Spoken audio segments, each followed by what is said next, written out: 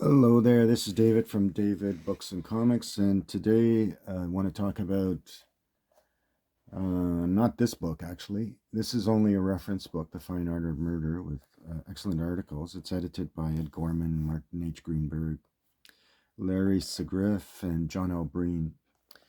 Um, but what I wanted to talk about is this article on Ralph Dennis. It says Ralph Dennis, the science fiction writer. And as far as I know, Ralph Dennis, who lived between 1936 and 1988, he died on July the 4th, 1988, actually, of liver failure. He wrote mystery novels. As far as I know, he never wrote science fiction. The article is based on David Everson. That's the fellow that you see here in this picture. David Everson went to Atlanta to try to meet Ralph Dennis, who was working in a bookstore. He wasn't a successful writer commercially, in other words, making money from his writing, but he was acknowledged, even in his lifetime, as a very good writer. Based on a series of books that you're looking at. This is the Hardman series. And it features two characters, Jim Hardman, who's the main protagonist in the novel, and Hump Evans, described as his sidekick, but really his partner.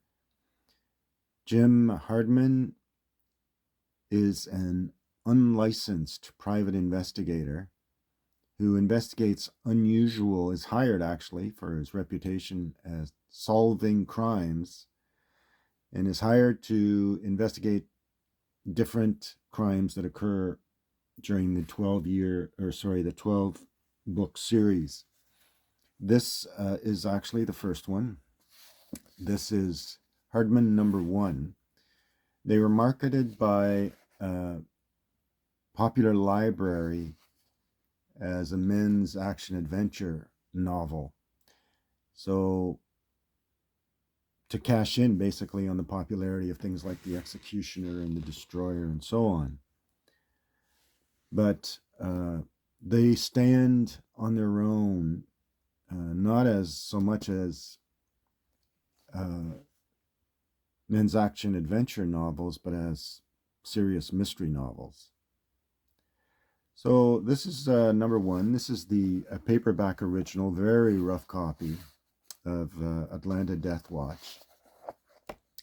And it was, copyright is 1974. The Hardman series ran for 12 books, and they ran from 1974 to 1977. They are now, they've been reprinted, I believe, by another company. I don't remember the name. If I find out, I'll put the description in the link below. And 2018, I think, is when that company published all of the Hardman books, plus others. Anyway, so you see in the cover, it's really depicting, I don't know who the artist is. I don't know if it says in the back.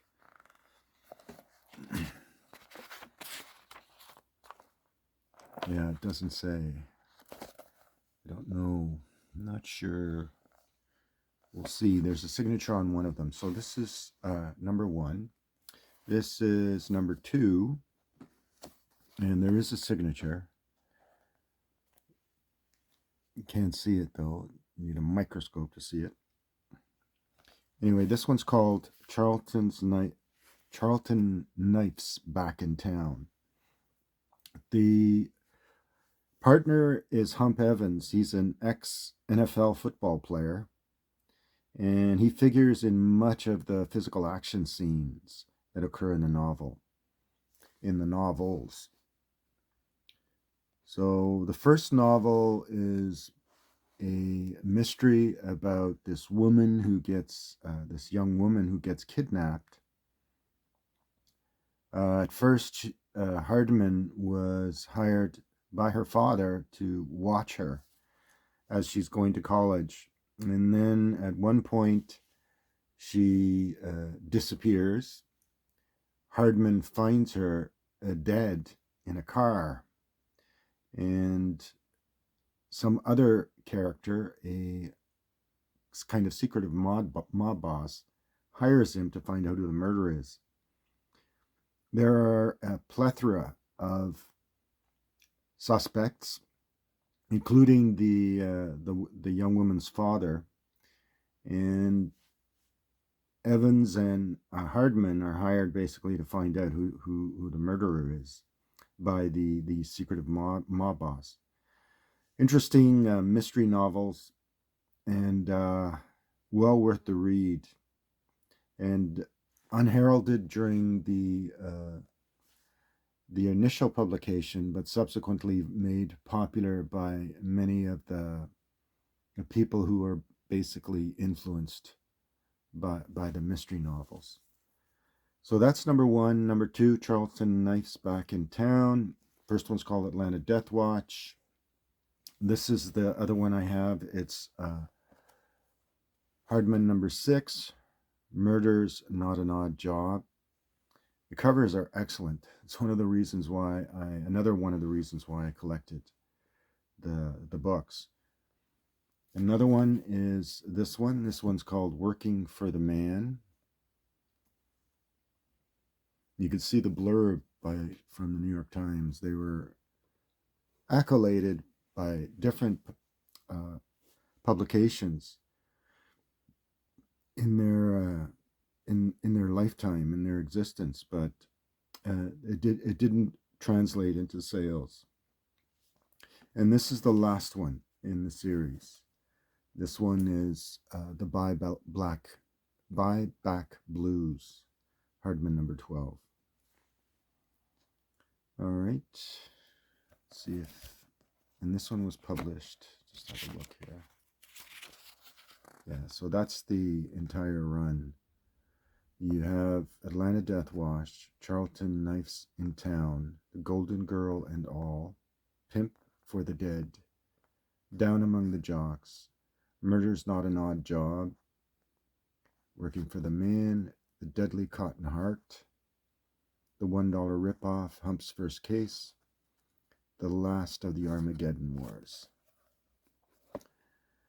So the books are influenced by the genre of mystery, hard-boiled mystery fiction in the Hammett and Chandler vein, but with a little more what I describe as verite, a little more realism than you'd see in those books. There's also, I would say, an influence on, I think he was influenced by Ross MacDonald, because a lot of the stories have a lot of that in-depth kind of psychological introspection and motives that you would tend to see in a Ross MacDonald novel. All right, so I hope you enjoyed this short look at one of the now more famous writers of mystery fiction, now that he's been rediscovered and republished as of 2018, republished in modern novels. And I first started looking for this series after I read this article, realizing that it'd be a series well worth collecting. And the covers are also one of the selling features for me anyway. When I see them in used bookstores, I always grab them, no matter the condition. All right, so, and part of the whole thing about collecting is finding these things. And if I ever find a better copy, obviously I'll upgrade. But the enjoyment of book collecting is the hunt.